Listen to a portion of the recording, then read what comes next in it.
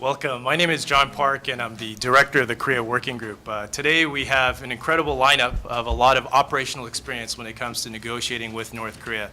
So we'll be facilitating a dialogue where it'll be very much a type of group conversation here to draw on some of those insights. But to kick us off, I'd like to turn it over to Consul General Kim Yonghyon, who is the South Korean Consul General here for New England, with some welcoming remarks. Thank you.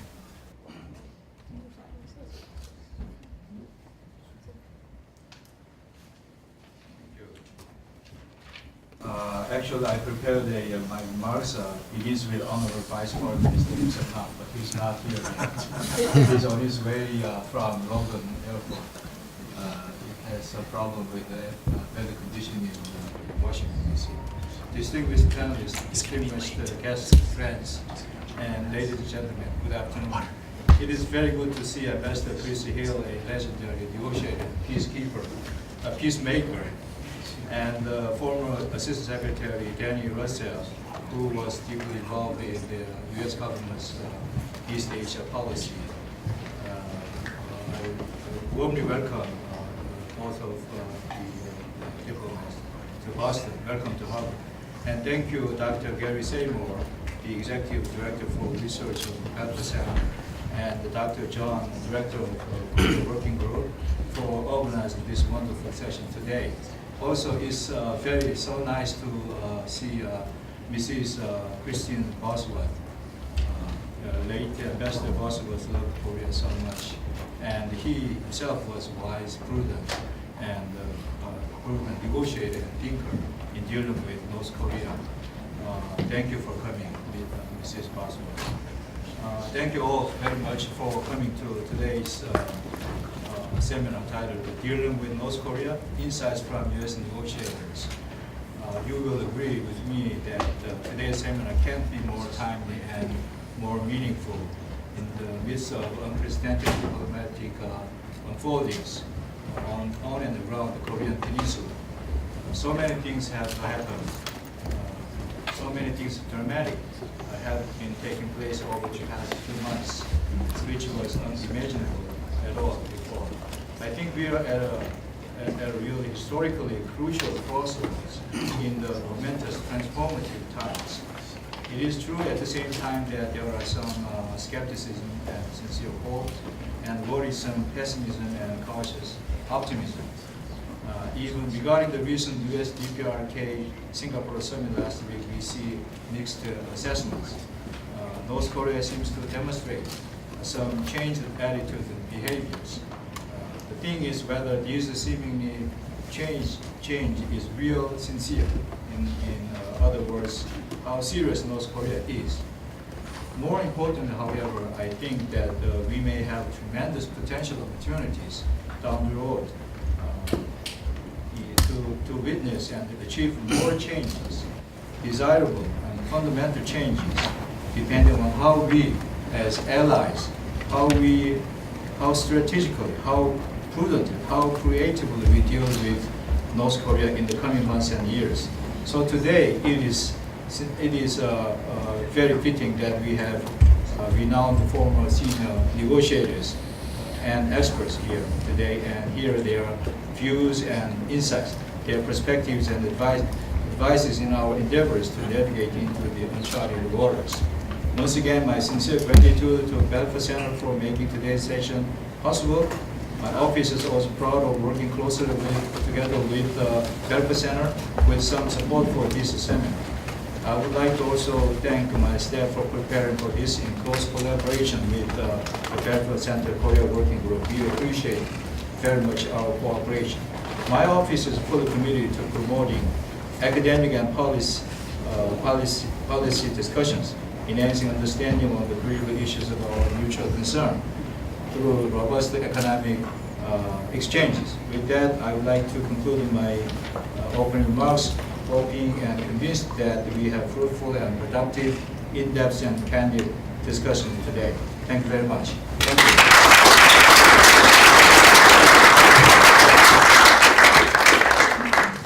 Thank you very much. And on behalf of the Belfer Center, Consul General Kim our thanks for the support and the cooperation and also the funding from the South Korean Ministry of Foreign Affairs for this event.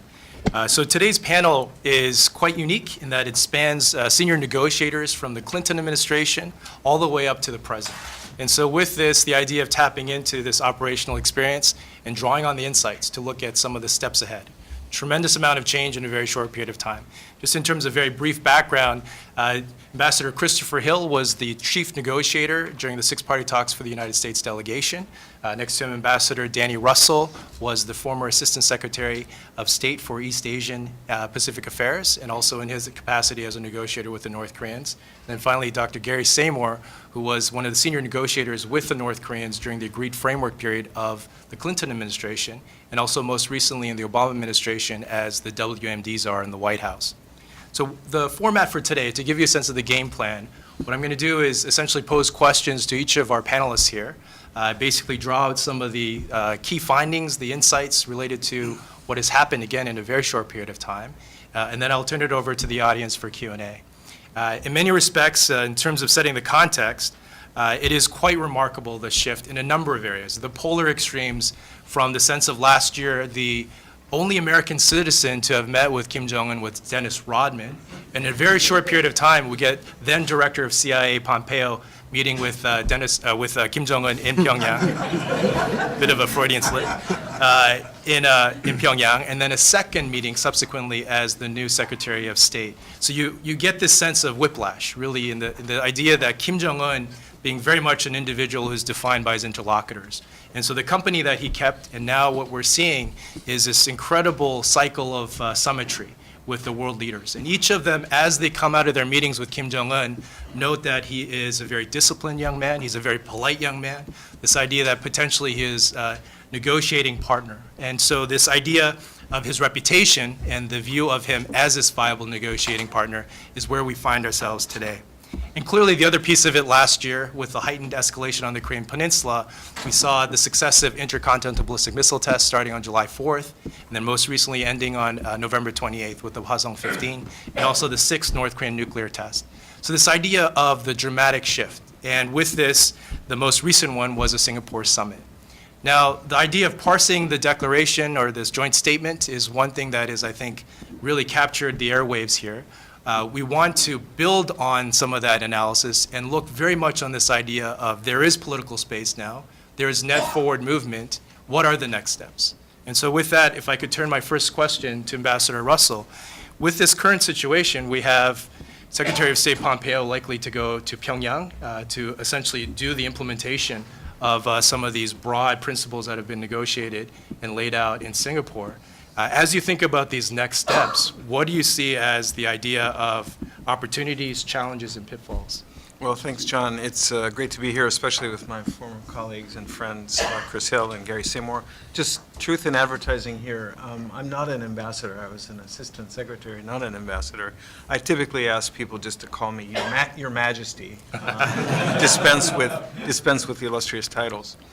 The first challenge, I think, is that President Trump has decisively established that Kim Jong-un is better off negotiating directly with President Trump than going through intermediaries. And the frequency with which President Trump has dispensed with or undercut the positions taken by his subordinates, I think, reinforces that. And the extent to which Kim Jong-un came away from the Singapore summit with a lot of unexpected concessions and gifts, some of which may have been unwittingly offered, further, I think, strengthens the North Korean predilection to hang tough at the negotiator level and to use this special relationship to get some of the things that he wants.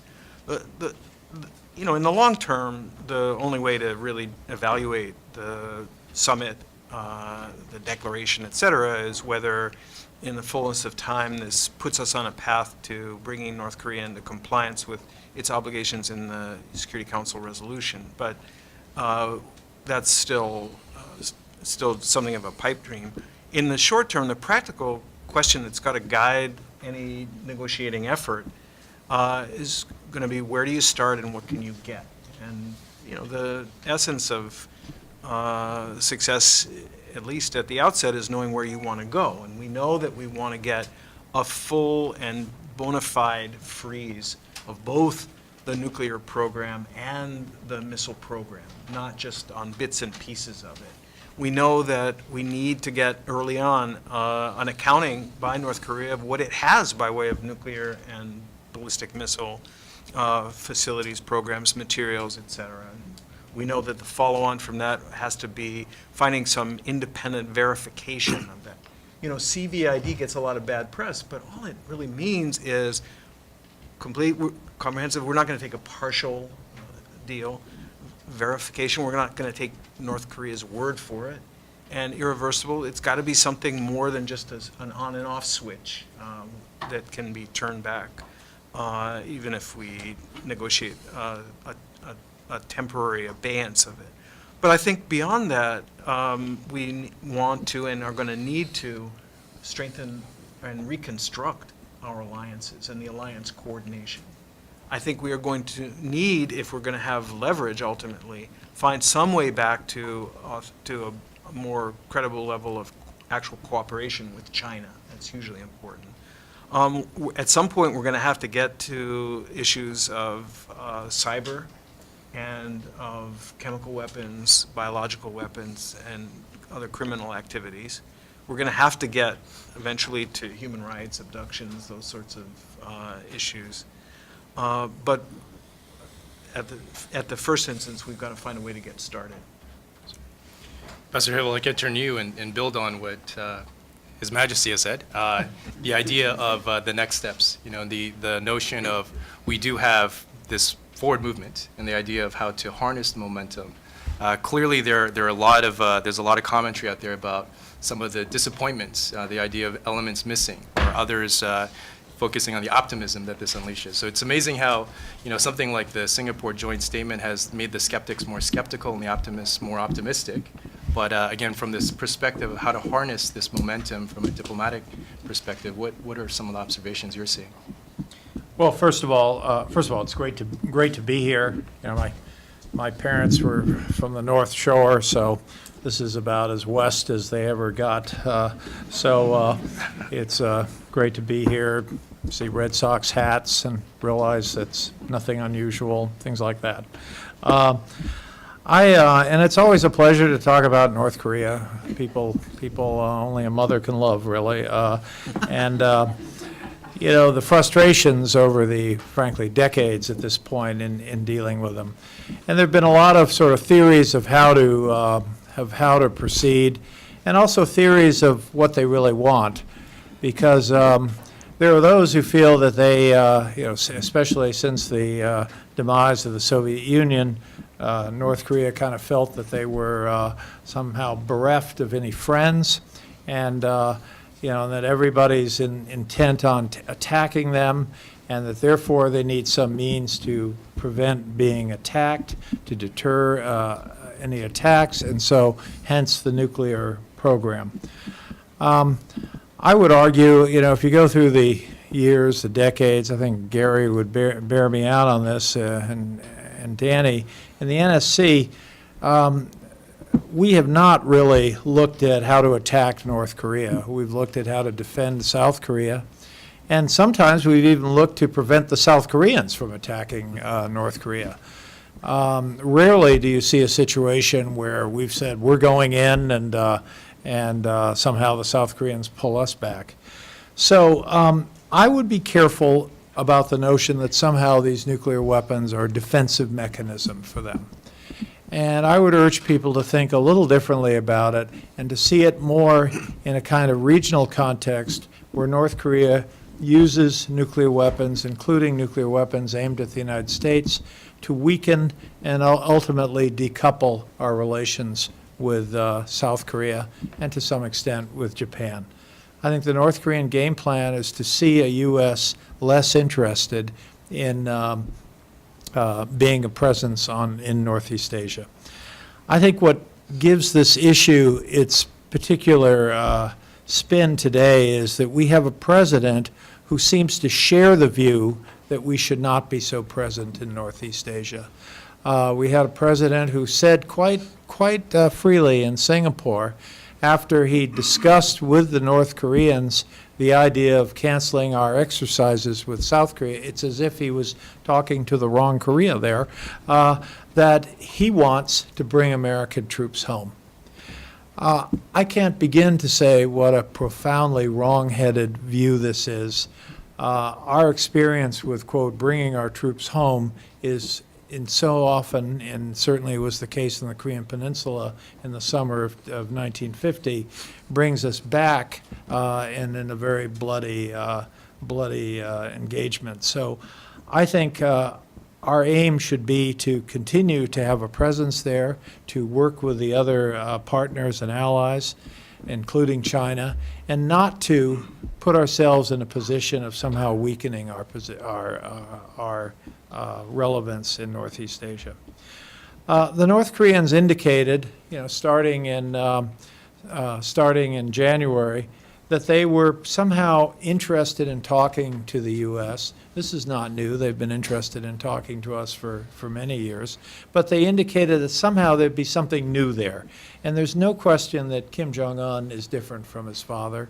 There's no question that he has more of a worldview than his father. But I think it's a fair question to ask, is he really interested in giving up his nuclear weapons? I don't like to put it just on that issue. There are many other issues that we have with North Korea, it being one of the worst human rights offenders in the world, to name one. But I think the nuclear issue is an extremely dangerous one and requires our vigilance and, frankly, our toughness in maintaining our position. I was pleased, frankly, with the way the Trump administration, I usually don't use the word pleased and the Trump administration in the same sentence, but I was pleased with the way they went to the UN, worked carefully with the UN, had our ambassador in the UN really engaged, and we were able to tighten sanctions. I think that was important. And I felt it was also important to keep the door open to negotiation. But that open door has given rise to, I think, a set of negotiations that probably have not put us in a better place. They've raised expectations and not really addressed the problems. When you look at the agreement, the joint statement reached in Singapore, it's a shadow of the joint statements that were reached in Beijing 2005 and the 6 parties, and also the agreed framework agreed framework statements. Unfortunately, of course, in this country, we've undergone a certain degree of tribalism. And so you have people from the agreed framework who never have anything good to say about people who did the 6 parties, who in turn have nothing good to say about the Obama administration. After all, they didn't follow up on what we're doing in the 6 parties. Then you had the Obama administration saying, well, we don't want to follow what happened in the agreed framework. And so you get this kind of weird atomization of how we all view the situation with the North Koreans. The consequence of Singapore, however, is an agreement that is not an agreement, and an agreement that is barely a start at the process. And so the question is, what are Mike Pompeo, who's one of the main instigators behind this approach to North Korea, and the question is, what are his talking points going to be? The only kind of clear language in that agreement is that Mike Pompeo is going back to the region, going back to North Korea. So I think a couple of questions need to be answered as we engage in this. First of all, I think we need to understand we're not very far along at all. I'm glad we're working on this because I think the other ideas that you heard during December and November of 2017 of sort of demonstration missile strikes, the so-called bloody nose, this was not leading to a good place either. So I think it's a good thing that we're talking to them, but I think we need to be clear about our objectives. First of all, we need an architecture that brings in South Korea, brings in Japan, Russia, and very much China. So this administration has to give some thought to that because there's no indication in this statement from Singapore that there's been any thought at all. Are we going to go talk to the North Koreans, have the South Koreans wait at the airport, and we'll come back and tell them how we did? Is that how this is going to work? I don't think so. Are we really assuming that we can talk to them about denuclearization, talk to the North Koreans, and have the Chinese not part of this? I don't think that's going to work. So one, I think we have to figure out what architecture we want going forward. Secondly, I think we have to have some notion of specific steps that have to follow Singapore. My suggestion would be that Pompeo tries to get the North Koreans to agree to work on some kind of listing of what their nuclear programs are. We got this far in the agreed framework. We got this far in the 6 parties. We ought to have a list of what they've got going in terms of their nuclear programs. It's called a declaration. It's part of a drill. If we can get something like that, and if it includes the highly enriched uranium or the purchases of equipment consistent with a highly enriched uranium program, that would be a major step forward. We did not get that in 2008 when we tried, and I don't think the agreed framework people got it as well. So to get a real complete listing, a declaration, I think would be very positive. Secondly, the word verification does not come up in Singapore. That needs to be put in there. There needs to be an understanding from the North Koreans that any denuclearization includes inspectors going around doing challenge inspections. So I would add verification. And since it seems, hi, good to see you. Good to see you.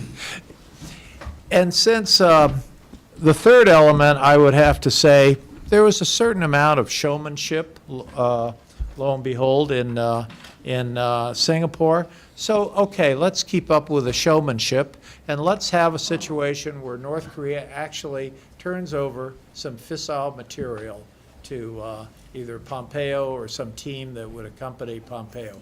We have never, ever gotten a piece of fissile material, bomb-making material, out of North Korea. So if there were a declaration, if there were some agreement on the need for a verification regime consistent with international standards, and if there were some token, literally token of what is to come, that is a piece of fissile material, I think that would show that this issue really does have legs and it's worth pursuing. One other comment I would make, which is that the Trump administration has said no sanctions relief until they denuclearize. Beautiful slogan, but obviously not going to happen. They're going to need some kind of sequencing of sanctions relief and nuclear relief for us. So there needs to be some sequence of activities.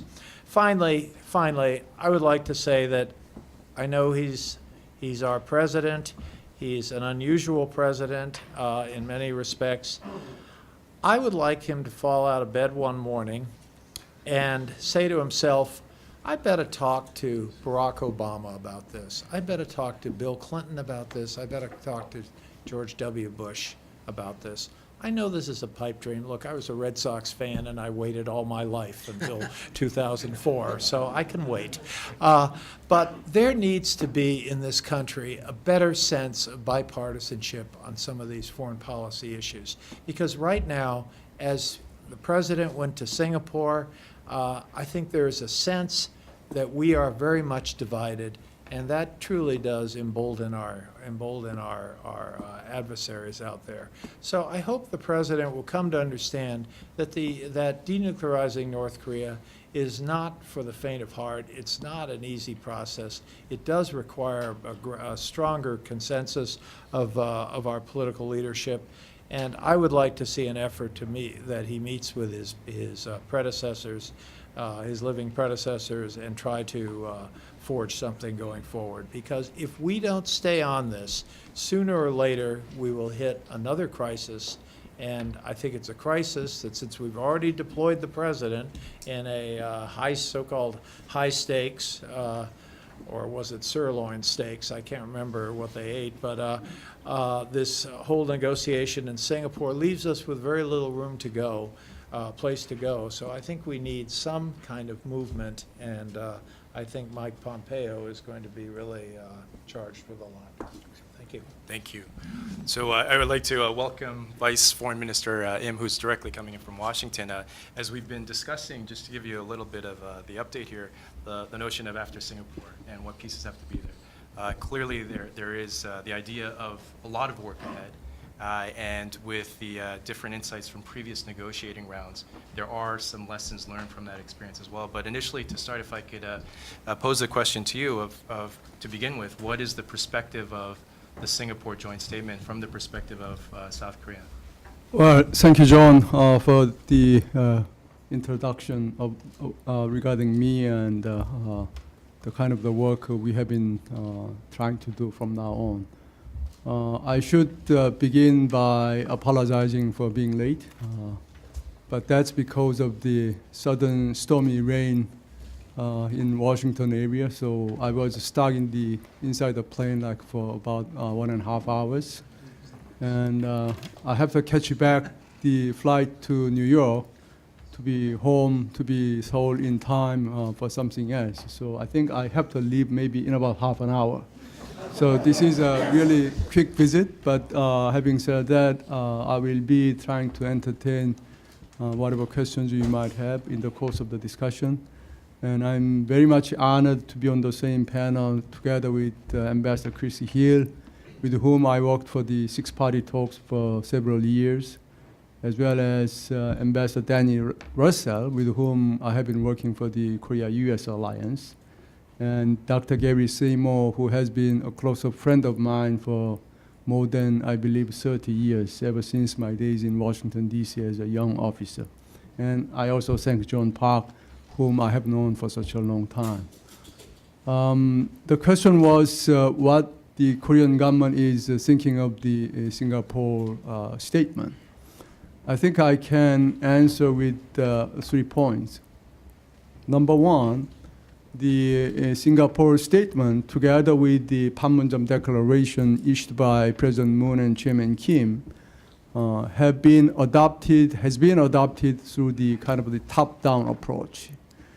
In the history of the US-DPRK relationship for more than 70 years, there has been no such document signed by the top leadership of the two countries. And there has been no such meeting as the one which took place in Singapore about a week ago. So the kind of the political commitments contained in the Singapore statement, as well as in Panmunjom Declaration, in a sense, couldn't be stronger. And number two, if I put together the central parts of the Singapore statement with those of the Panmunjom Declaration, I think there are altogether 4 major points. One, the two Koreas and the US have agreed on the complete denuclearization of the Korean Peninsula. Two, they also agreed on the need to create permanent peace regime on the Korean Peninsula at one point. And three, the US and DPRK are ready to open a new chapter in the bilateral relationship between Pyongyang and Washington. And number four, Seoul and Washington are also ready to revitalize the inter-Korean relationship in various fields, together with the progress in the area of denuclearization. So in a sense, through the two documents adopted in Panmunjom and in Singapore, I believe the three countries are now taking a more or less comprehensive or holistic approach. We are asking Pyongyang to be more forthcoming in terms of denuclearization and eventually in creating peace regime on the Korean Peninsula. But at the same time, the Republic of Korea and the United States are ready to make reciprocal progress in our bilateral relationship with Pyongyang. And number three, when I was in Washington for 2 days right before coming up to Boston, I have been to many public events like this, including the speech at the CSIS and the interview with Judy Woodruff at PBS. Most of the questions were related with the inquiry about where's the beef. people are trying to find out specifics. And of course, there are not much specifics. And my answer to that question was the Singapore statement is perhaps a backbone onto which the meat should be added, should be fleshed out. So the Singapore statement will be the basis for further negotiations, for the follow-up negotiations, through which Washington and Pyongyang should be able to agree upon many specifics and many detailed dimensions, every bolt and nut for the denuclearization process. So the road ahead might be tougher than the process which led to the adoption of the Singapore statement. But once again, with the blessing of the top of the leadership, both in Washington and in Pyongyang, we might be having a unique and unprecedented opportunity of being able to resolve the North Korean nuclear issue through peaceful means, through dialogue. Well, I know there would be still skeptics after my presentation of the Korean government's view on the Singapore statement, but I just would like to conclude by saying that a new history can be made only by visionary optimists who will not share endeavors for turning a dream into reality. Thank you. Thank you. So with that, if I could turn to you, Gary. You know, the idea of we've seen the different angles here. Clearly, in the as Vice Foreign Minister Im has mentioned, and as Ambassador Hill also mentioned, the forthcoming challenges related to denuclearization. And here I wanted to shift gears and go very specific here. There were reports that going into the Singapore summit, the Trump White House, the National Security Council, was putting a lot of emphasis on the South Africa model of denuclearization. So a two-part question, can you give us a little more context to that? And then second, this idea of the pros and cons as it relates to the current situation. Thank you, John. I also want to thank my fellow panelists for coming. This is really a star-studded cast, so Minister Yim and Chris and Danny, thank you very much. So just to give you a little background on what the South Africa model is, after the change from the white minority government to the majority government, the new government discovered that the previous government, the white government, had produced a small number of nuclear weapons, unknown to the United States, actually, through the enrichment process. And the new government decided, well, we don't really need nuclear weapons. It's not something that is necessary for our national defense because we don't expect any nuclear-armed countries to attack us. And we want to show that we're good citizens and we comply with the international norms and law. So the new government decided to give up their nuclear weapons program. And they cooperated with the IAEA, the International Atomic Energy Agency, to dispose of those nuclear weapons and to account for all the fissile material that South Africa had produced under the minority government. One interesting footnote is that the South Africans, even though they gave up their nuclear weapons, they insisted on retaining their enrichment program as well as enriched material, which had some economic value and which they argued was important for their civil nuclear program, because low-enriched uranium can be used for fuel for nuclear power reactors. So from the standpoint of the Trump administration, the South Africa model is a little bit of a double-edged sword. On the positive side, it's the case of a government that made a genuine decision to give up their nuclear weapons without coercion, but because they thought it was the right thing to do. On the negative side, the South Africans insisted on keeping their fuel cycle capability, and therefore inherently they had the ability to resurrect their nuclear weapons program in the future if they wanted to. So from the Trump administration standpoint, the South Africa model is somewhat of a mixed blessing. But the big question, of course, is whether it's true that Kim Jong-un, like the South African government, has made a genuine decision to give up his nuclear weapons in order to achieve a modern, flourishing economy. President Trump says he believes Kim Jong-un is sincere. South Korean President Moon Jae-in has made similar statements. And I, of course, hope they're right. If they are right, then the negotiation that Secretary of State Pompeo is going to begin will be very different from the negotiations that any of us participated in. If you actually had a willing partner in Pyongyang who made a command decision to give up nuclear weapons, then this is going to be an utterly different negotiation. And it will focus very much on the technical process of how do you account for and dispose of nuclear weapons and ballistic missile and fissile material, and how do you, either destroy or disable nuclear facilities in a way that's safe. Now, I have to say, unfortunately, I doubt very much that Moon Jae-in has that Kim Jong-un has any intention of giving up his nuclear weapons. And I think Secretary of State Pompeo is likely to find out very soon in this process that the North Koreans are going to go back to their normal approach toward these nuclear negotiations with the United States, which is to give up as little as possible in exchange for as much as possible, and to delay for as long as possible having to make any significant concessions in terms of their nuclear arsenal. The one argument for a little bit more optimism is that Kim Jong-un has been so successful in terms of building out the nuclear program, having tested a thermonuclear device, having demonstrated some capacity for long-range missiles, and having presumably produced a pretty big stockpile of nuclear weapons over the years, it's at least conceivable that he would think he's got enough for North Korea's defense, and therefore he might be willing to accept a real freeze on the program without giving up what he currently has. So if you want to be, a hard-headed realist about this, you could imagine that he would be willing to go further than his father and grandfather, simply because the program is so much more advanced, and therefore he can afford to limit any further growth or development of the program. So for Mike Pompeo, I think he's likely to face a very difficult, very complicated, very protracted negotiation.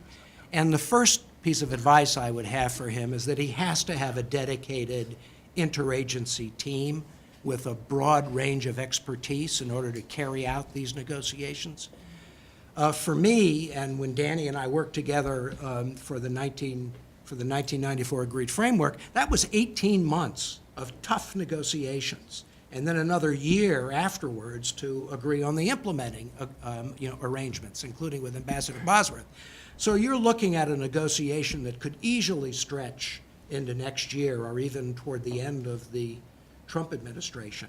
And if the Trump administration is serious about this agreement taking the form of a treaty, they're going to have to get it ratified in the Senate. I'm not even sure that's possible in today's politics in Washington. But even if you assume it is, that's another 6 months just to get the thing ratified. So we're talking about a very extended period of time, and to make that work, you need to have Pompeo needs to have a strong deputy, because usually the haggling over the details usually takes place at the deputy level, not at the principal level. And he needs to have people from the Department of Energy who are nuclear experts, Department of Defense who are security experts, State Department Korea hands. He'll need to have people from the intelligence community. He'll need to have people who know sanctions, so he'll need Treasury and Commerce Department to be involved. And this has to be a dedicated team. It can't be people who do this, just on their weekends. It's people who are going to be committed to all the travel and tough work that will be involved. The second thing I would say to him is that he's got to come forward with a proposal. I think the North Koreans are probably pretty comfortable with the status quo. As far as they're concerned, the situation right now is pretty good. So and they're not going to put forward their own ideas. They don't normally do that anyway. They normally wait to react to a U.S. proposal. So there's a lot of work that goes into putting in a proposal. Just for denuclearization, they have to have at least a logical mechanism for how you would achieve that, starting with declaration, then freeze, then reduction, and then elimination. Doesn't have to happen in sequence. These can happen simultaneously, but there has to be at least some roadmap for how you'd get from where we are now to complete elimination of nuclear weapons, and some time frame for when you could achieve that, assuming that North Korea was willing. But I agree very much with what both Danny and Chris said. If Pompeo wants to make this process work, he's got to look for some early step that we can ask for that would give this process some credibility. And I think a declaration is by far the most important early step North Korea could take. It's going to take months, if not years, to verify the declaration anyway. So it would be good to get it started now and then negotiate a broader agreement while that is being verified. And I also agree with what Chris said, that we're not going to get that for free. So we better start thinking about what are we prepared to pay the North Koreans by way of sanctions relief, by way of progress on peace regime, or normalization of relations. What are we prepared to give them in order to get the process started with a declaration? And I think that's probably the toughest part of this negotiation.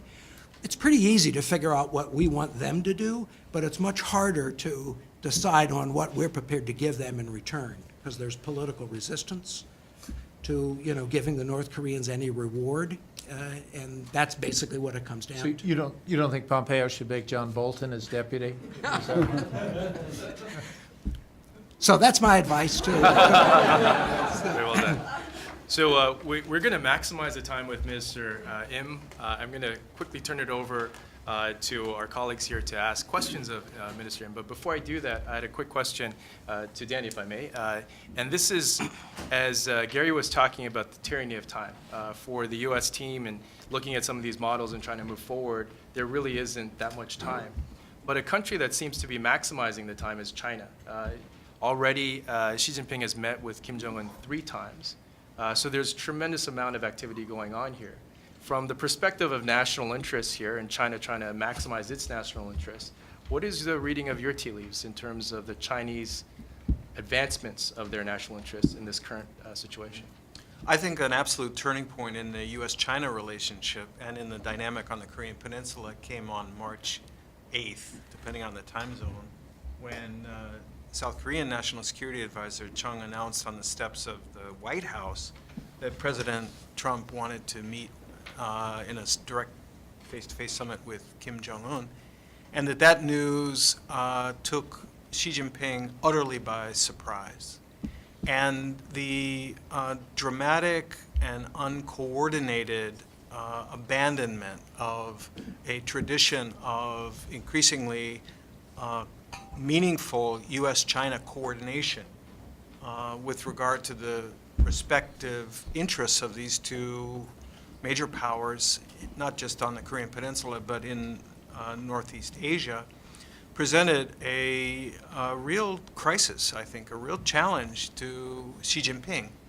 There is no scenario in which China can accept the relationship between Washington and Pyongyang being better than the relationship between Beijing and Pyongyang. It is inimical to China's strategic interests. And I think the lesson that shocking announcement carried to the Chinese against the backdrop of a lot of tough talk over trade, flirtation with Taiwan, FONOPs in the South China Sea, et cetera, was enough of this experimentation on the degree to which the Chinese can cooperate with the Americans on contingency planning, on grand strategy. We've got to look out for number one, and number one is China and the party's interests on the Korean Peninsula, and that caused an almost instant reversal of a long stretch, a long policy, the first 6 years of Kim Jong-un's reign, where Xi Jinping held him at arm's length, if not by the scruff of the neck. And we are seeing in the red carpet treatment that Kim Jong-un received in Beijing in April, which rivaled the pomp and circumstance of the Trump visit, the Dalian meeting, and now this third abrupt visit, a fundamental shift. And I think that means that going forward we should expect that when the going gets tough, the Chinese will be much more likely to revert to their normal bias in favor of splitting the difference, if not overtly backing the North Koreans, to demand that the U.S. make concessions greater, at least equal to, maybe greater than what the North Koreans do.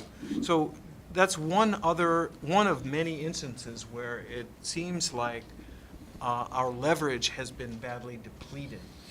And to Gary's point about the need to, and Chris's point about the need to trade something with the North Koreans, you know, we don't have as much to trade as we used to. I don't think there's a reasonable prospect of reconstituting a serious threat of military action in light of the tremendous shift in position of the South Korean government, the Chinese government. The sanctions may be on the books. That doesn't mean a whole lot. It's always about the implementation and the vigor of the implementation. I don't think we can, you know, put the toothpaste back in that tube. Where So- we are on maximum pressure. Well, exactly. That's, Shift in- thank you. yeah. I mean, that's where I was going. I wanted to ask Minister Im, you know, the Trump administration has approached the North as if there's a binary trade-off between having a nuclear program or having economic development. And that was certainly the approach that the Obama administration took, and we made that meaningful by the imposition of tough sanctions.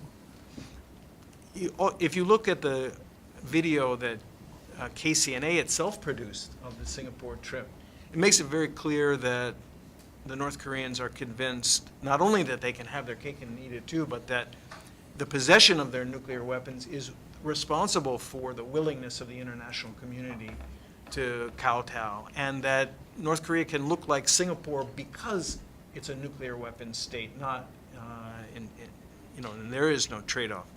So, Minister, could you help us understand how the investments, the infrastructure, the restarting, if there is a restart planned of Kaesong, of Kumgansan, how the resurgence of economic activity to North Korea, with North Korea fits into the program? Is the idea to warm them up and put them in a good mood?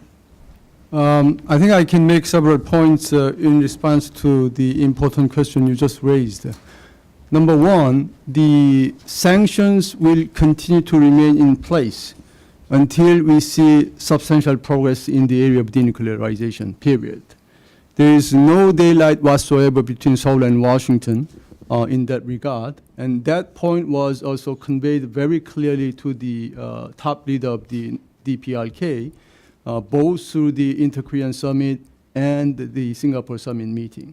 So we are certain that Pyongyang is aware of the cost they will have to pay unless they are more forthcoming in terms of taking actions for denuclearization. And number two, we are not planning to open up the Kaesong Industrial Complex, or we are not going to resume the Kumgangsan tourist project any soon, once again, without any progress in the area of denuclearization. So Pyongyang must have learned those points well in advance. And that's why we believe Pyongyang has decided through the Party Congress in April this year that their policy focus will be economic development. And the policy focus shift, which was officially made public in April, which I just mentioned, is in a sense a shift in the strategic calculus on the part of the DPRK regarding the utility of the nuclear weapons and missile programs. Of course, they psychologically might be inclined to have the cake and eat it too, but the international community will not allow that to happen. And at the same time, they will recognize that the longer they hold on to the nuclear weapons and missile programs, the more cost they'll have to pay. So again, under the strains of the sanctions, we believe that the North Korean authorities will become more forthcoming in the upcoming negotiations at the working level. Mr. Lim, if I could build on that, with respect to the challenges ahead, one seems to be linkage. the announcement that the U.S.-South Korean military exercise would be postponed was one that seemed to be on a standalone basis, an announcement that came out. Going forward, is this the idea of more for more, but with the grand announcements first, or what can we look for in terms of potential linkages going forward? What particular measure would lead to a corresponding action? Well, the postponement of the joint military exercises of the two countries is not the first time we have been making that kind of decision. Earlier during the Pyeongchang Winter Olympics, Seoul and Washington agreed to postpone the winter military exercises during the duration of Winter Olympics. And this time, I believe by postponing the major military exercises for the summertime, we are in a sense putting the ball in the court of North Korea. We will see how forthcoming they will be in the upcoming talks. And President Trump, as well as Seoul, have made it very clear that the exercises will be postponed as far as they are in good faith in the talks with the U.S. for denuclearization. Thank you. And Gary, building on that, in terms of the Clinton administration period, a similar type of postponement and cancellation of Team Spirit. Could you give us a little more background in terms of the context and the impact of that particular cancellation or postponement? So the situation was in some ways very similar. The North Koreans complained that the Team Spirit exercise was a threat to them.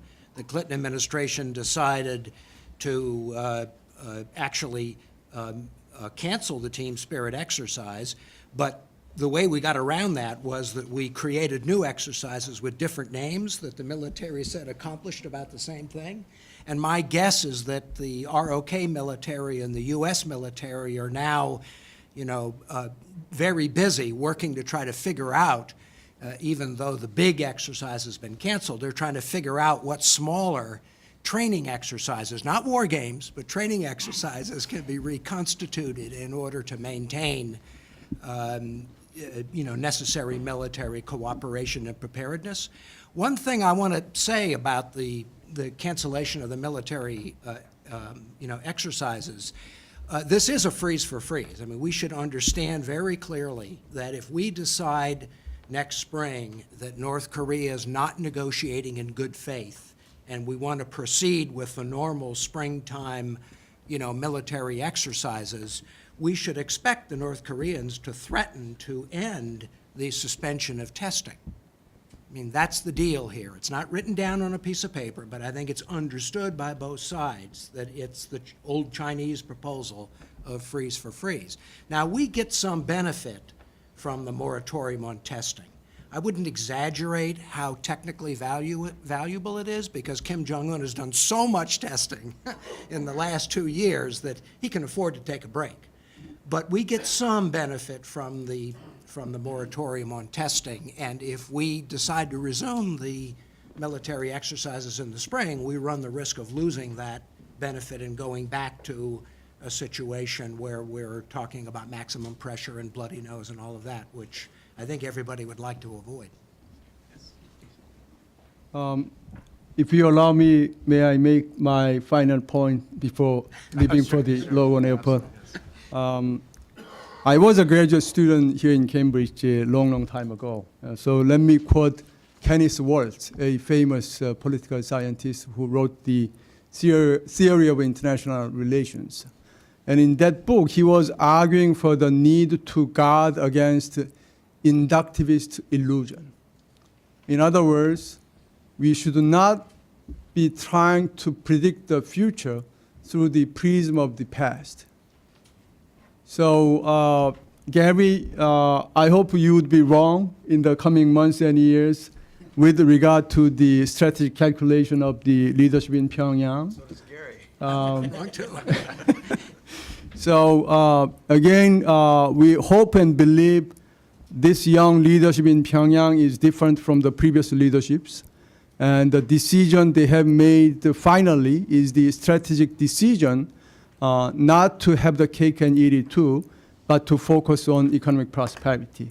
Of course, the road ahead will be full of ups and downs, and it will not be an easy process, but with the close coordination between Seoul and Washington through the two governments, and with the support of those renowned former ambassadors, including Chrissy Hill and Daniel Russel, I'm sure we will be able to overcome whatever difficulties we might be faced with. So on that pleasant note, I'd like to thank again John for organizing this important gathering, and I once again apologize for being late and departing so early. But this clearly shows how much importance we attach to this kind of engagement between Seoul and Washington, and also the importance we attach to the Harvard community. Thank you so much. Thank you.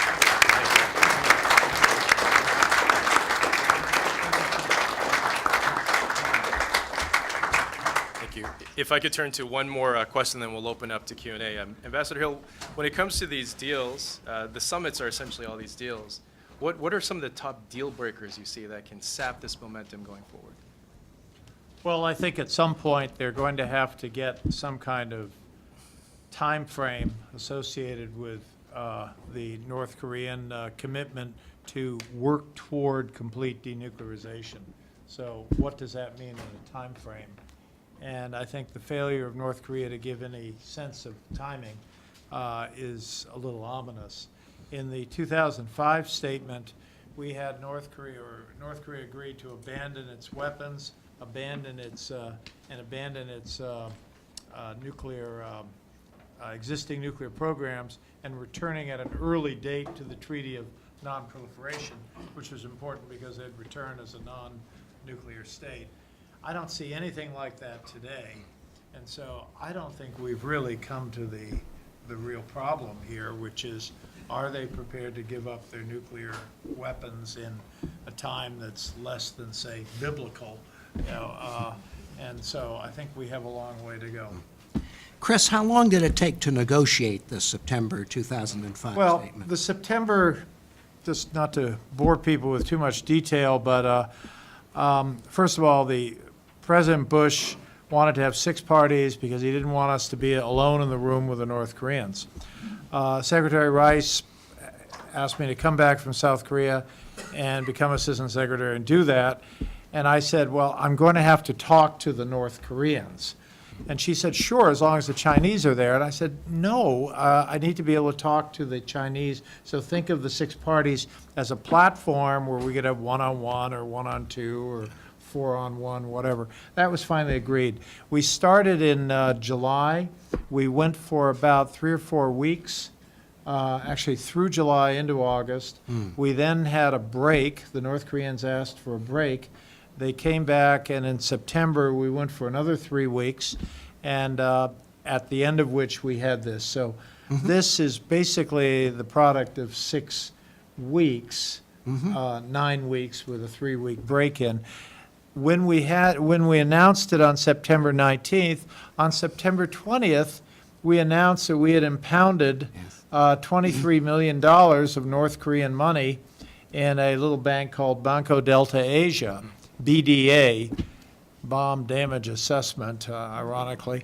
And so at that point, the North Koreans refused to engage in any negotiations, and we didn't get them back to the table until about February 2007. Yeah. So the 23 million was a big problem, but at the same time, many people thought, oh, 23 million, we're really getting them now. I mean, 23 million, I think, buys you a parking space in Cambridge, and it's not a lot of money for a state, and so we really created a situation. And just a final point on that, when the president said, okay, we'll reverse that, we made our point, then no one knew how to give them back their 23 million, so we ended up using the Fed and the Russian central bank to sort of money launder the 23 million to give it to the Russia Far East Bank. At that point, it became clean, and just give it back to the North Koreans. And those were the good old days. Yeah, that was a lot of fun, yeah. So I'm going to return to the panel for 2 minutes of concluding remarks, but at this point, I want to turn it over to the audience. I know you have a lot of questions. If you can address your question to a particular member of the panel, if you could keep your questions direct, we can get through a lot. So to start off, your name and affiliation, and we'll start with the gentleman there. Thank you very much. Thank you. My name is John DeRosa. I came here on the open public invitation on the Belfer site. And I know these issues are very, very delicate and big for, for everybody. But I just wanted to ask about the human rights issue. A lot of the things that I looked at before I came in here were from the people who left North Korea to come, over to South Korea, and their description of what their life is like if these negotiations don't go well for, however long. Do we still plan on going full force for, human rights to at least keep that bond, between South and North and the people or develop it?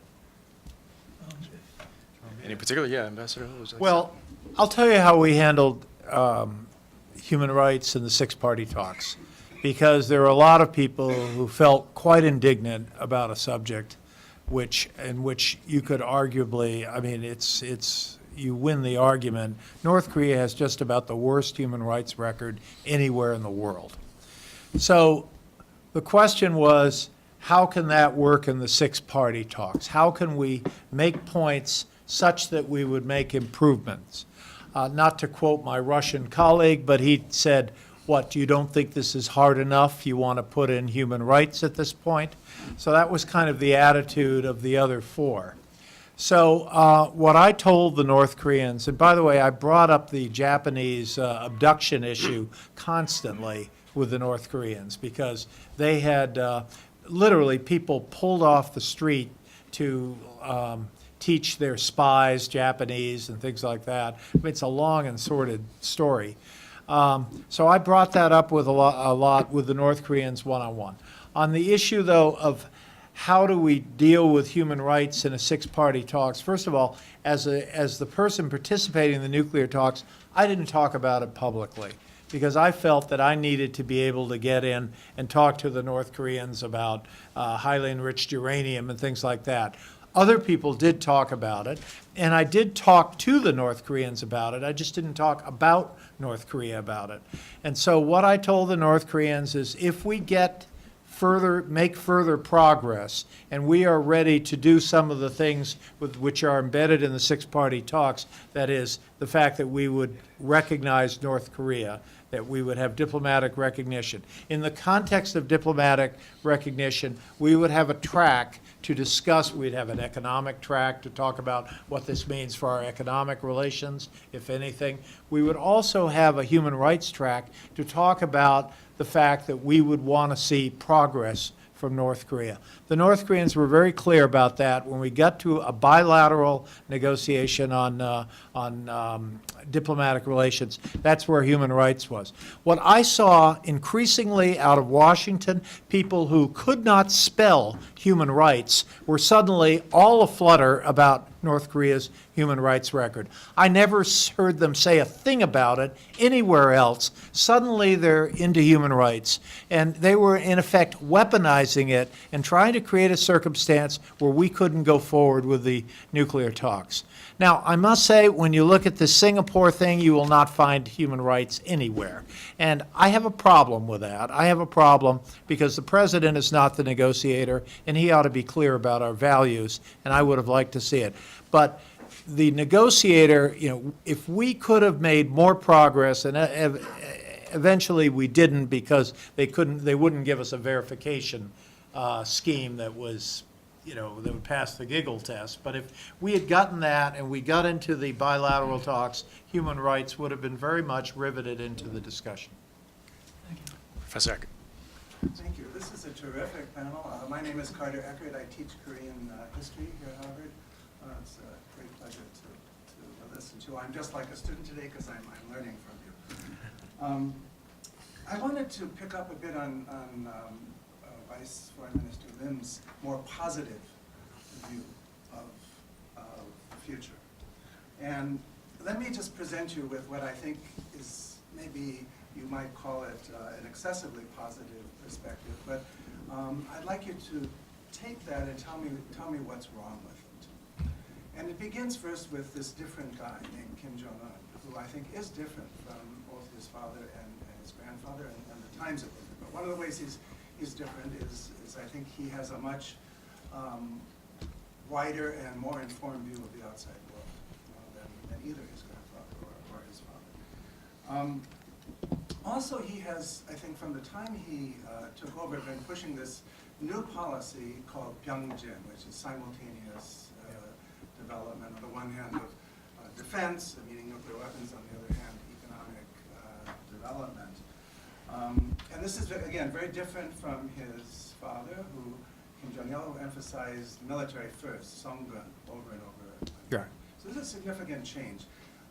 Certainly in the rhetoric, but in the speeches that he's been giving to his people and so forth, right from the beginning, he's been saying things like, you've suffered enough, we've gone through this terrible famine, it's a different time. We're going to develop our country now.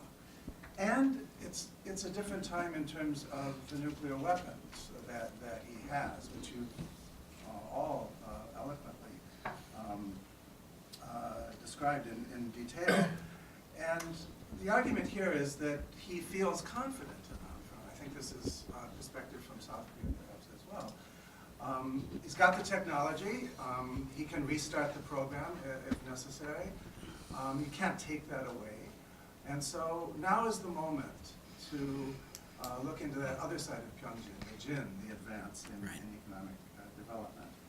Also, there are people who say that North Korea is very different today. It's a kind of crypto-capitalist state. You've got a Pyongyang elite that wants more and more of the good things of life from the outside, and there's a kind of pressure on Kim Jong-un to provide that, which only the opening of the system in some way can do, and the opening of that system requires a new relationship with the United States and with the surrounding powers. And finally, sorry to take so long, but one final point. Some might argue that strategically, this move is a very important one for Kim in terms of countering Chinese hegemony. The United States provides a very interesting sort of countervailing force to China, which, as you've described, I think, so well, has a very powerful interest and has historically in the Korean Peninsula. And the Koreans don't like that, whether they're north or south. So this is a wonderful way of balancing that growing Chinese power. So that's maybe the Pollyannish, overly positive view, but what's wrong with it? Great, Danny. Well, thanks very much, Professor. I mean, I would certainly agree that Kim Jong-un is a different breed of cat than his father or his grandfather, but he still uses the same litter box. His game plan is fundamentally built on the extortionate model of monetizing threat. Now, yes, he's gone much, much further in developing the nuclear program. 2016, 2017 was a hell for leather, breakneck race to advance both the ballistic missile and the nuclear program. He succeeded. He was very impressive. Unlike his father in tactics, he didn't break it up into bite-sized pieces, stop, and try to see what he could extract by way of concessions. He made a sustained, marathon, built up the highest level of anxiety and tension, and then hit the rheostat and dialed it down after, importantly, declaring that he had succeeded. His mission accomplished speech on November 29th. It's reflected again in his New Year's speech. Kim Jong-un's not saying we don't need nuclear weapons, we should concentrate on getting rich. He's saying now that we have our treasured nuclear sword, we're going to be able to get rich. So, with all due respect to inductivist illusions, we don't want to succumb to magical thinking either. He's got a plan. This playbook has been written by Kim Jong-un. The movie's been produced and directed by Kim Jong-un. He's starring in it. This is his gambit, and it certainly appears that other leaders, including our president, are going along with it. Yes, it's a new economy, and yes, he needs a new relationship. And yes, that includes hedging against Chinese dominance. That's also what Juche was aiming at. So I think you see elements, certainly of Juche and perhaps of Songun in the Byongjin effort to make North Korea a strong and prosperous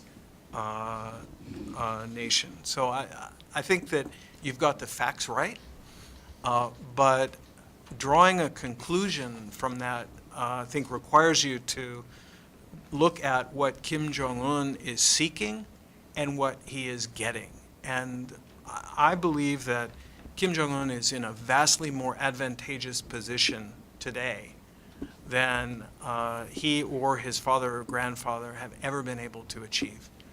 Because I'm sure Chris will agree with me, a huge component of diplomacy is leverage. And it certainly would appear that whether it's deterrence, alliance, whether it's sanction implementation, whether it's isolation, whether it's the moral high ground, or most importantly, whether it is the kind of extraordinary unity and solidarity that Chris Hill worked so hard to develop in the 2000s, and that, to the credit, frankly, of the early Trump administration team, late and lamented, and certainly what we aimed for in the Obama administration, the solidarity among the five, that resolute and unified wall of determination that the UN Security Council resolutions must be implemented and North Korea needs to come into compliance. That has fractured and is now, I think, irretrievably lost.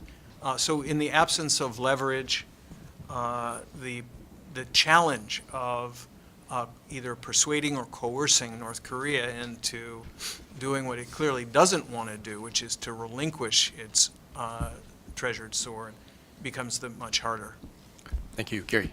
So I would just add quickly, I agree with all the factors you mentioned as distinguishing Kim Jong-un and his situation from his father, but to me that translates into him being willing to accept significant limits on the nuclear weapons program in terms of its size and capability, because he's got enough, and he's prepared to accept those limits in exchange for all of the economic benefits that he wants, rather than he's willing to actually give them up, unless we can force him to give them up. And I don't think we can. I've always been skeptical that at the end of the day, we can marshal sufficient economic pressure or inducement to get rid of it, to get him to actually eliminate it. And for me, if you limit the program, that's a marvelous achievement. I mean, I think that would be very, very significant. Even if it isn't permanent, even if it just lasts for a couple of years, that's an important achievement. So I think it's worth playing out this diplomatic hand to see if we can get concrete limits on his capability, even if we can't eliminate it. I don't think Kim Jong-un is like his father, but I think in some respects he's more dangerous. And I think he seems to be, I mean, I don't mean to engage in some psychobabble, but he seems to be quite bitter about his father, having to do with family reasons, treatment of his mother, etc. And he seems to be in a sort of competition with his father and perhaps with his grandfather as well. So I think that competition is that he will show that he can tell the Chinese to back off, which there's a view I think he shares that somehow his father was too beholden to the Chinese, and possibly that he can push the U.S. to be less present in South Korea, and I think that's where this whole decoupling issue, where I think there's a lot of room to play for us, and I think we need to be very smart about handling it. First of all, what would always drive me crazy about sort of the neoconservatives in Washington is this sort of brutal argument that somehow the South Koreans are appeasers and we've got to just tell them to be tougher, et cetera, as if we can lecture someone who has to live right next to North Korea, or lecture someone who's been divided from their cousins, their brothers and sisters. I mean, anyone who's ever seen these family unification meetings, as I have, where the South Korean part of the family is in these tables at the Hilton Hotel, little nameplates on them. They wait for the North Koreans to come in. Some of the North Korean families are there, some just don't show up. Someone comes along, takes the nameplate away, and you leave 6 people, elderly people, just sobbing. I mean, this is brutal stuff. And to suggest that the division of the Korean Peninsula happened because of something the Koreans did is a complete miscarriage. I mean, it had nothing to do with the division of Germany and Europe, which you often hear a lot of analogies. So we have to be very careful in not feeding this kind of narrative in Korea that, gee, if only we didn't have these foreigners, we would be able to reconcile, we'd be able to get together. And sometimes some of our, punditocracy has engaged in this. To me, one of the most interesting things in North Korea was a point you made about the rising expectations of the nomenklatura. And I think there could be some real miscalculation among Kim Jong-un's people about that. And I think that is probably going to be the seeds of some kind of weakening of the state structures there. And it's not something we can necessarily encourage or have hands-on, but it's something we can observe and be smarter about these issues. Because what is so frustrating about the U.S. issues on the Korean Peninsula is always inevitably comes down to the nuclear stuff, whereas I think we need to understand the utter complexity of a people who have been divided themselves, but who also sit between 2 large neighbors who, when they weren't tormenting each other, were tormenting the Koreans. We have to understand this process much better. You don't have to be a Polish historian to understand it, but it helps. So I think there's a lot that can happen there, and I don't expect this problem to go on forever. Thank you all very much. Our last question goes to Graham. So thanks very much, and thank you for such a distinguished panel. So I thought the most authentic moment in the summit, in the press conference, was Trump's observation. He stopped a minute and says, I could be wrong. 6 months or a year from now, it could have turned out differently. Then he thinks for a second. He says, but of course I will never admit that. I'll make it another story. So what about the question, could the expert consensus be wrong? So I would say you all are pretty much agreed, and most of the Cambridge community agrees with you, including me, for the most part, that it's inconceivable that there would be the denuclearization of North Korea. Virtually not 1 in 100, not 1 in 1,000. So again, we're trying to formulating a bettable proposition is difficult about this, but let's imagine just a year from today. So it's January 19, 2019. So what odds would we give on the possibility that we will, as a consensus, have concluded, whoa, maybe Trump's approach worked out hugely better than we expected? In terms of denuclearizing, you mean? So we're trying to find a bettable proposition. So one would be, if we came back and now we took a vote a year from today about the Trump approach, either it failed the way we predicted, or it hadn't failed yet, but it's failing, or B, it's blah, blah, blah, or C, significantly better. Like, wait a minute, I'm coming to think maybe there's something that I didn't think was possible before that might almost okay. Second, if we're trying to bettable, you can think of a bettable proposition. Another would be there have been no tests, so we can see that. And North Korea has actually taken some specific steps to eliminate some significant facilities and destroy some nuclear capabilities, or weapons, or material. Or three, I don't know, we could, pick some other things on the list. So the question is there any chance we could be wrong? Of course not in Cambridge. Or we never entertained such an idea. And if it were, we won't tell you because we'll make another story. We didn't really believe that thing. And secondly, if we were trying to make it bettable, is there a bettable proposition so that we would know a year from now that we were wrong? Reactions, yes. Well, if I may, I thought the most shocking moment in President Trump's press conferences, first after meeting Kim Yonghyon, was when he said, this is not our neighborhood. Japan, China, South Korea, they're going to have to take care of North Korea when it comes to economic assistance. This is not our neighborhood. And I think that opens the door to, it gives an insight to his thinking. It also opens the door to spheres of influence. But secondly, in Singapore, when he demonstrated, certainly to my surprise, that he had learned to speak a little North Korean after a session with Kim Jong-un, describing our joint defense military exercises as provocative war games. That's what I thought was shocking. What's the likelihood that the academic or the expert consensus is wrong, and that this will prove to be the magic bean that denuclearized North Korea? Virtually nil. But what are the prospects for President Trump successfully neutralizing the threat of nuclear ICBMs hurtling towards Los Angeles?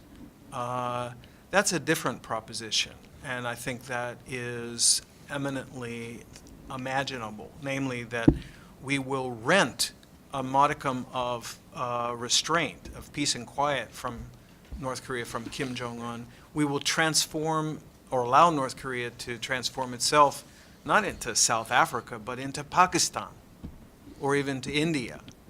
But the downstream effects of that in terms of the global non-proliferation regime, in terms of American credibility, the shred of a U.S.-led alliance system, in terms of the future of Northeast Asia vis-a-vis both China and the indigenous strike capabilities that South Korea and Japan might pursue.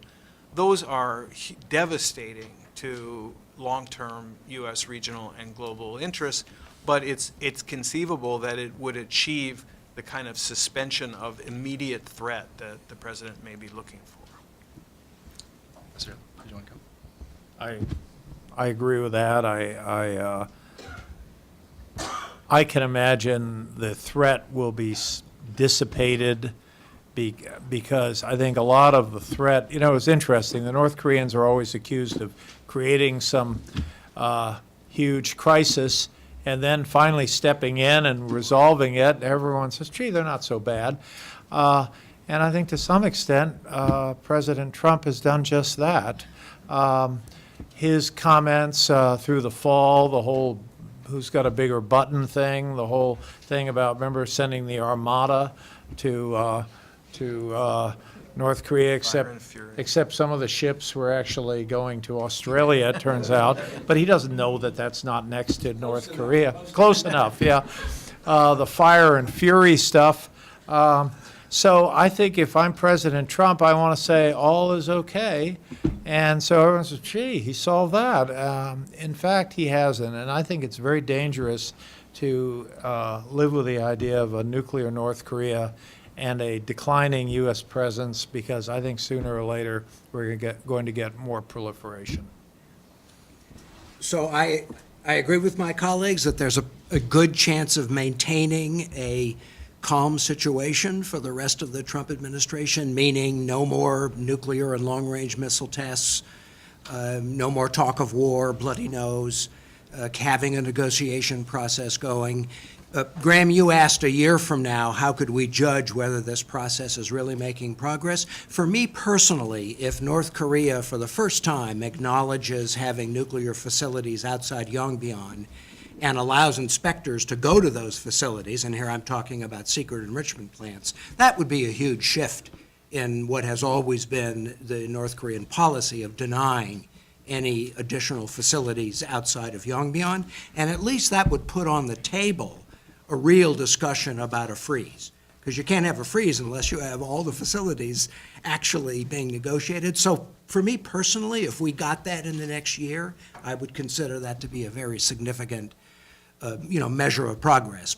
Again, not a sign that he's going to give up nuclear weapons, but that he might be willing to cap the arsenal at its current size. So at this point, if I could turn to the panel, each give you a minute and the idea of crystallizing your thoughts in terms of the next steps ahead.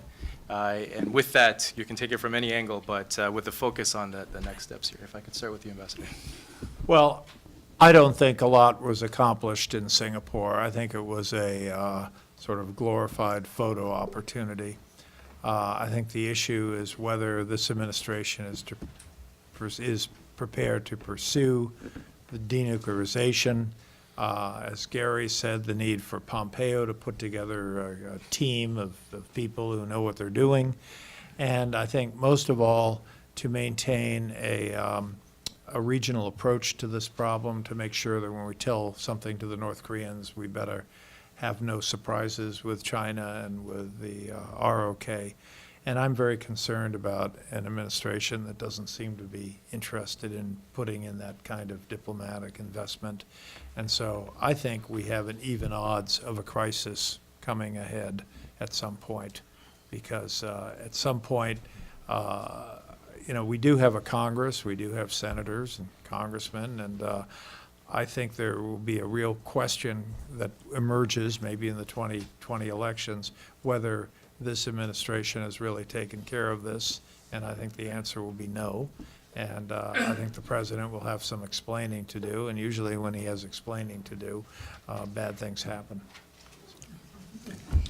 So if Kim Jong-un's goal was to moot the risk of a bloody nose, to achieve the de facto relaxation of sanctions implementation, even if the provisions stayed in Security Council resolutions, to significantly erode U.S.-South Korean alliance cooperation, and I think added bonus to end Ulchi Freedom Guardian, the major exercise, to empower the accommodationists within the South Korean political environment, to break out of political and diplomatic isolation, to achieve international access to the international kind of infrastructure of banking and transportation, et cetera, to achieve peer status with the leader of the free world, something that Kim Il-sung and Kim Jong-il never achieved, more like Gorbachev, more like Mao Zedong,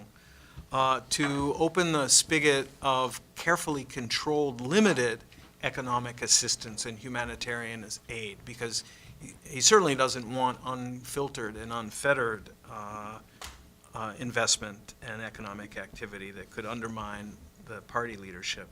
If he wanted to shift the focus away from the nuclear issue to a peace treaty, if he wanted to break up five-party solidarity and play the U.S. against China, every man for himself, and he wanted to do all this while retaining a significant portion of his nuclear arsenal and his ballistic missile program, then he has succeeded. Conversely, I mean, Singapore, let's say, was a huge step forward for him. Conversely, if President Trump's goal is to build barriers on the beach of the Pacific and the Atlantic Oceans, to shrink the United States to its physical borders and to defend and protect those borders, to reduce the risk that Kim Jong-un would actually use the big button on his desk or use it against the United States, to spare the United States and taxpayers the burden of supporting these free-riding allies, of bringing our troops back home, of leaving the Asians to worry about their own neighborhood while we concentrated on, coal mines in West Virginia, et cetera. If those were his objectives, and we can't entirely rule that out, then he also was very successful in Singapore. And note, I'm not even mentioning the Nobel Prize or the November midterm election. So it all hinges on what perspective you take in evaluating this. Thank you. Gary. So I think the danger ahead is that it becomes clear that Kim Jong-un has made a fool of President Trump and lied to him and has no intention of giving up his nuclear weapons. What does Trump do at that point? He's very unpredictable, so I don't know, but I think it'll be pretty difficult for Trump to try to abandon the diplomatic process and go back to maximum pressure and bloody nose, because the Chinese and the South Koreans are not going to want to end this process. I think from Trump's standpoint, there's a lot of personal investment in what he's achieved. This is his most important diplomatic achievement. I don't think he's going to want to declare it a failure, certainly not before the midterm elections in November. So my guess is that what you'll see are more concessions from the Trump administration, trying to keep the process alive, trying to get some concrete steps, short of complete disarmament, but at least, measures to constrain the program. So, of course, Trump can do things that surprise us, but my guess is that we're probably locked into a diplomatic process for the next 2.5 years. What happens after that, of course, is anybody's guess. It depends on who gets elected. Great. So I just wanted to wrap up with a quick, bringing this full circle. The founder of the Korea Working Group here at the Harvard Kennedy School, the Belfer Center, was Ambassador Stephen Bosworth, and his vision was to bring practitioners and academics together to cover a wide range of issues and to basically bring these diversity of views that we don't really see in one setting. And today, I think you've heard all of it. And so with that, the idea of a culmination in many respects of that vision, thank you for coming out tonight, and please join me in thanking our panel.